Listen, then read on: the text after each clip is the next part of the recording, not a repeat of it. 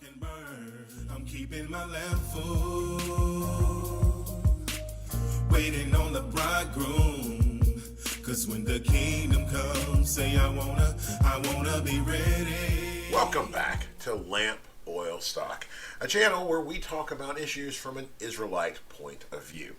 And with our ongoing series, the Red Letter Bible series, we're going to continue on with our next part. What do you got for us today? We're going to be reading Matthew 7, verse 7 through verse 11. Okay. And it says, verse 7, Ask, and it shall be given you. Seek, and ye shall find. Knock, and it shall be opened unto you. 8. For everyone that asketh receiveth, and he that seeketh findeth, and to him that knocketh it shall be opened. 9. Or what man is there of you, whom, if his son ask bread, will he give him a stone? 10. Or if he ask a fish, will give him a serpent? And 11.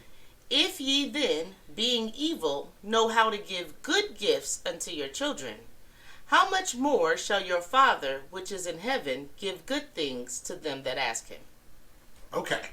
So that's Matthew 7, 7 to 11. Right. And let's start where we always do. Let's start at the beginning and work our way through it. Okay, so who's going to start? I mean, how I can or you can. You want to flip a coin for it? Forget you, I'm going first. Okay, you're going first. Go for it. Oh, wait a minute. Let's flip now. No. Come on. No, I was going first. I was just going to win. Oh, okay. Fine. Go right ahead. Okay. So I'm going to do this verse by verse, I think. If we go to Matthew 7, verse 7, Ask, and it shall be given you. Seek, and ye shall find. Knock, and it shall be opened unto you. Right. Well, when I was a Christian, this verse confused the hell out of me. Because there were all of these questions that I had. Right. And it says, ask, you'll get it.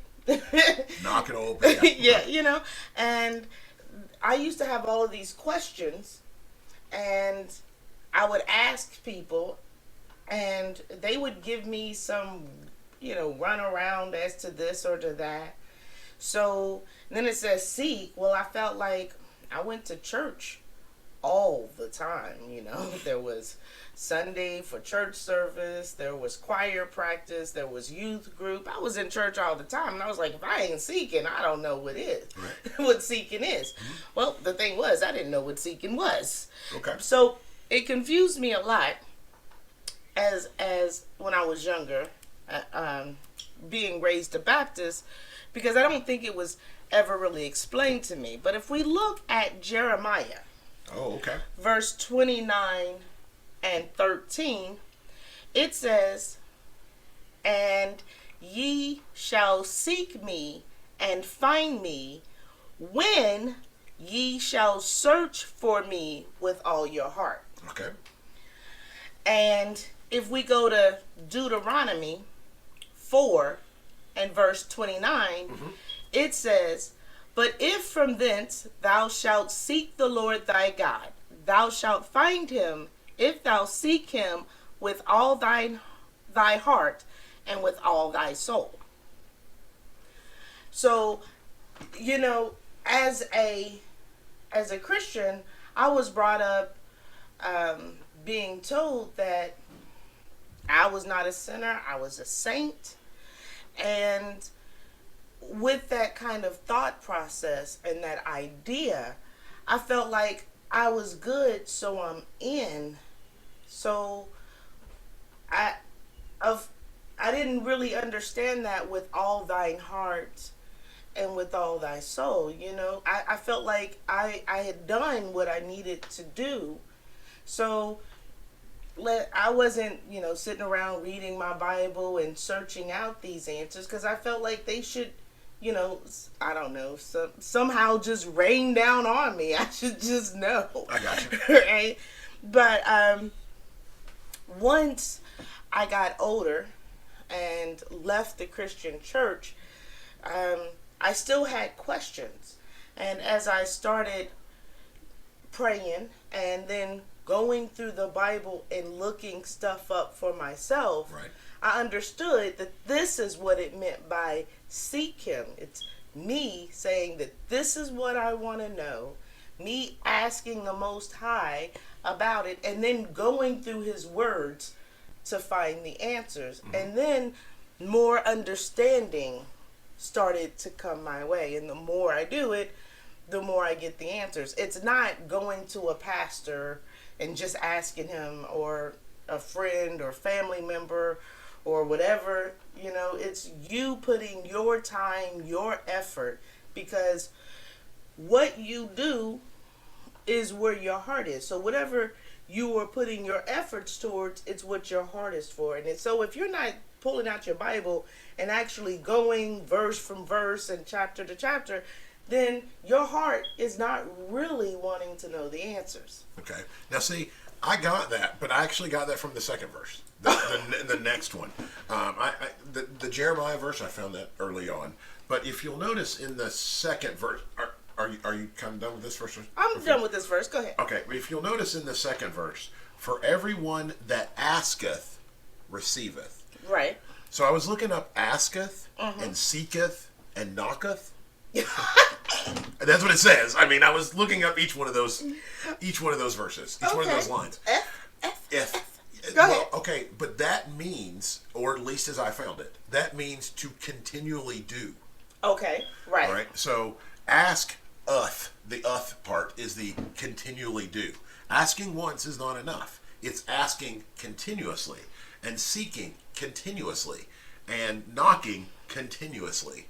Then those things will be foundeth, receiveth, and opened, as the case may be. It is a continuous process. It is not a simple, I ask a question and it's given to me. Okay, so you're right. With Matthew 7 verse 8, it says, for everyone that asketh receiveth, and he that seeketh findeth, and to him that knocketh it shall be opened. Well, with that I went to Psalms 37 and verse 4. And it says, delight thyself also in the Lord, and he shall give thee the desires of thine heart. Okay. I also looked at Psalms 81 and verse 10, which says, I am the Lord thy God, which brought thee out of the land of Egypt. Open thy mouth wide, and I will fill it. So a lot of people, I think, get confused when it says, ask and you shall receive, right? Because they say, well, I asked for a BMW and I ain't got it yet. Well, one of the things that you learn as you are reading and studying the Bible is that the Most High is not just going after your worldly desires. This is not saying that if you ask that if you want a BMW, he won't give it to you, because he will. He'll give you everything your heart desires, but first, your heart has to desire him.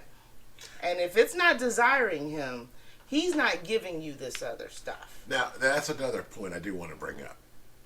You're right.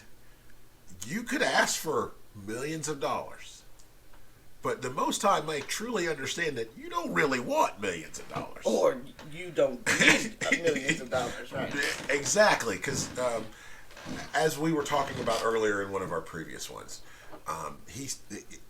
Christ brings up this point that, you don't have to worry about clothes. You don't have to worry about those type of things. He's taking care of that for you.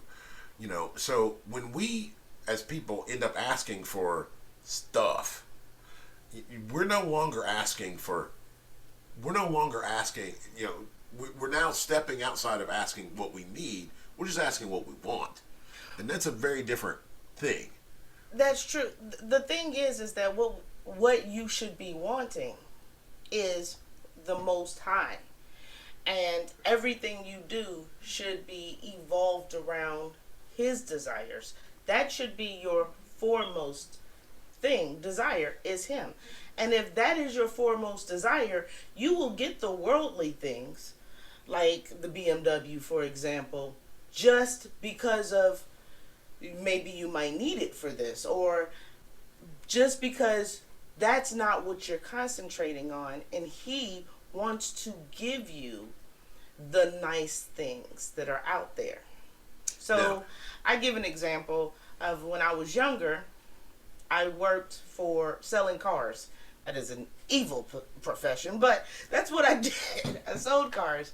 And the Ford Explorer Eddie Bauer edition came out. Yep. And I really wanted one of those cars. You know, I lusted over it. Yep. And here we are now, you know, tons of years later, not saying how many, and I have a Ford Explorer Eddie Bauer edition. Now I want to bring that up. Now I want to bring this up. Now hold on. You're right. We do have a Ford Explorer Eddie Bauer edition.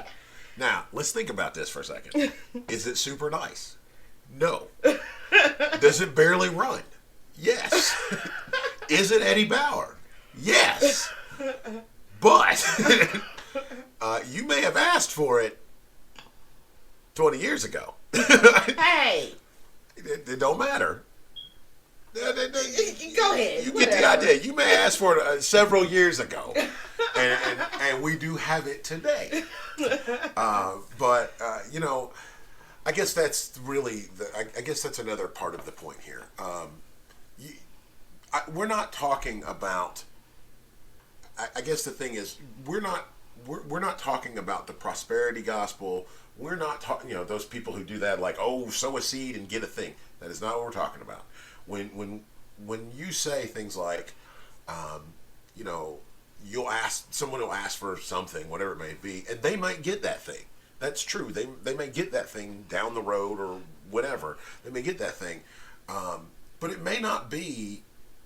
It may not be the way that you expect it when you asked for it, and the Most High at that point in your life when that thing shows up is using it, you know, as a, how do I want to describe it? He's trying to take care of you and help you through whatever is going on. The reason we have this particular vehicle is because we have a large family and it's the only one you can put all those people in. That's why we got it. It is not because, and it was cheap. That's right, it was cheap. You know, we got it cheap because we broke, and that's just the way it is. It's not that, oh, you got this thing to show off and whatever it may happen. Yeah, by the time we got it, I didn't care about this particular vehicle anymore. It was just funny. My husband brought it home, and I was like, I remember when I really wanted this car. I'm with you. I got But, you. you know, if you focus on the Most High, the things of the world become less and less important.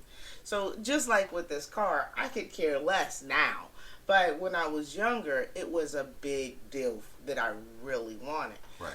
So he will give you everything that you need. And he'll go above and beyond that for things that you want. But because he owns everything and he knows everything, so he can do everything. Yeah, now I want to hit something else too. If you'll notice, the more that you want the Most High, the less the things in the world matter. So the things that you actually want completely change. Right. The more you get to know him, the more you care about him, then those things do change. So Matthew 7, verse, where are we at now? 9. We're verse 9.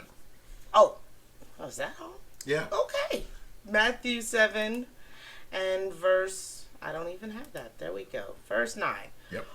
Okay, so verse 9 and 10 are just making statements that are, you know, are easily to understand. What, you know, anybody who has a child, if their child is hungry, is going to give them something to eat, and not something that they can't eat. Verse 10, if your child asks for a fish, you as a parent are going to give them something that they can eat and not something that's going to hurt them. So Christ is just pointing this out, that as a parent, if you love your children, then you are going to treat them according to what they need and not try to harm them. So he's making that same thought with the Most High. Okay, now let me take another tact with that. Okay. Because I got some different verses for you. Right. Okay. I agree with you. I agree with you wholeheartedly. But I think the things that he picks in this are more than just that. Okay. Could it be, and I want you to take a look at, if you don't mind, read a verse for me. Read Matthew 4 and 3. And when the tempter came to him, he said, If thou be the Son of God, command that these stones be made bread. Ha! Okay. So, question 1, is he relating, because, okay, so the Matthew 4 and 3 is during the temptation of Christ. Right. Right? Is he making an allusion to that temptation? Turning stones into bread. Okay. Now, I agree with the point that you made just a second ago. All right, I agree with that. But if you'll notice later on, the next verse is, man cannot live by bread alone. He needs the word of the Most High. Right. All right? So this being that the Most High is what you actually live with, if you'll notice, he talks about if someone asks for bread, you don't give them stones. So let me continue on with that thought for just a second. Early Christians used to use a symbol to represent that they were believers. Mm-hmm. And it was the fish. Right. Okay? Now, so in the next line, he says, if you asked for fish, you wouldn't give them a serpent. Ha! Okay. And serpents, in the early part of the Bible, in Genesis, are used to represent Satan. Right. So if someone is asking for understanding, for belief, fish, you wouldn't give them Satan. Poetry slam. I like that. Just a way to look at it. I mean, I wasn't there, I couldn't question, but just when I read over these verses, those are the things that came to mind. I think not just, as we say all the time, it's not just the words, it's not just a simple phrasing. I think that bread and stones is an allusion to Satan earlier, and I think that this fish and serpents also an allusion to Satan. Okay, so if we move on to verse 11, it says, If ye then, being evil, know how to give good gifts unto your children, how much more shall your Father, which is in heaven, give good things to them that ask him? So if we look at verse 11, and we go to Genesis, chapter 6, verse 5, it says, And God saw that the wickedness of man was great in the earth, and that every imagination of the thoughts of his heart was only evil continually. Uh-huh. So God is saying, look at the people around you. They are evil. Mm-hmm. Constantly. That's all they are. But we just celebrated Christmas where they're giving all types of gifts to their children. This is true. We just No, wait, hold on, time out. When you say we, you mean the world. The world just celebrated Christmas. Right. You don't mean we. I got you. Okay, so of course I don't mean we us physically. So the world just celebrated Christmas. Of course, this is a time when they give gifts to everybody. But just, if you can think back, I know going to school, people graduate and their parents buy them a car because, mm-hmm. They've graduated from high school. So evil people are consistently giving what we would call good things to their children. Right. Then if we go to Psalms 84, verse 11, it says, For the Lord God is a sun and shield. The Lord will give grace and glory. No good thing will he withhold from them that walk uprightly. Right. So now if you look at the second part of that, the Most High is saying, if these evil people will give all of these good things to their children, Psalms tells us that the Most High, who is greater than them, will give even greater things to his people. I'm with you. Totally understand. Okay, so as we go through this again, I hope everyone gets the opportunity, pull out their Bibles, read over these same scriptures that we're talking about. Hopefully they'll bring something to you and you can have an opportunity to go back and look at them. Please leave us a comment if you like what we're talking about, or If you have a different interpretation of these particular verses, let us know. As we say all the time, the whole goal of this is to get you to open your Bibles and actually think about the words that are being used. So, do you have anything else? Kwame Asharala. Bye. Lord, if I could